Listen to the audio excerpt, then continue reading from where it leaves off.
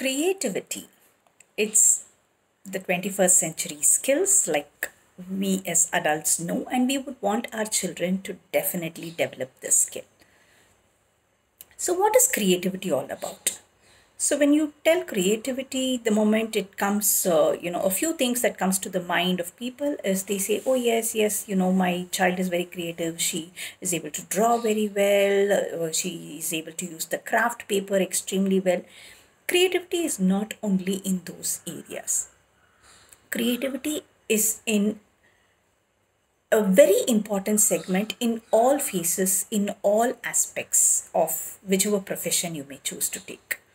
So, I would suggest a few of these tips that you can follow at home as parents, parents who have children in the early years, parents who have children in the primary or the middle school, and parents who have children in the high school too. And this goes for the educators also. So allow children to write a few things in terms of give an open-ended story. So I definitely, I think I have developed this aspect of using a lot of creativity and activities in my teaching from my father. He is a retired professor from IIT Madras Mathematics Department, and he is one of the subscribers to my channel. And what gives me great pleasure is when he comments saying that, okay, this is really interesting, this is a beautiful method for the children to understand. I think that's when I feel really happy, because I know that he is a highly creative person and he has instilled these kind of qualities in us as children. I remember earlier on when we were small children, he would tell us the story of very interesting. Every night we would look forward to listen to these stories. These were not any books. I mean, those days they were books, but then, okay, the books were very expensive and not all of us could, kind of lay our hands on that. But our parents would always buy a lot of Amar Chitra Katha, which my brother would really, go through each page. Until today, he remembers a lot of those stories. But this is something which he would say from his mind. I mean, we never knew that he was actually reeling it off. So this was called the Raju Vasu episodes. So these were about two boys, Raju and Vasu, who would kind of, take on different adventures. So, my dad would always say, Raju and Vasu, it was summer holidays, and, they went to the neighboring city to stay with their grandparents. And that is when they realized that there was some sound which kept coming in the night. And they wanted to figure out what it was. And obviously, if they were going to ask the grandparents, they would not allow them to go. So they started going out slowly with a torch and a few of those important things that they thought they needed while they were going to track where this noise was coming from. And then they went on. So he would kind of leave it so interesting that we would look forward for it.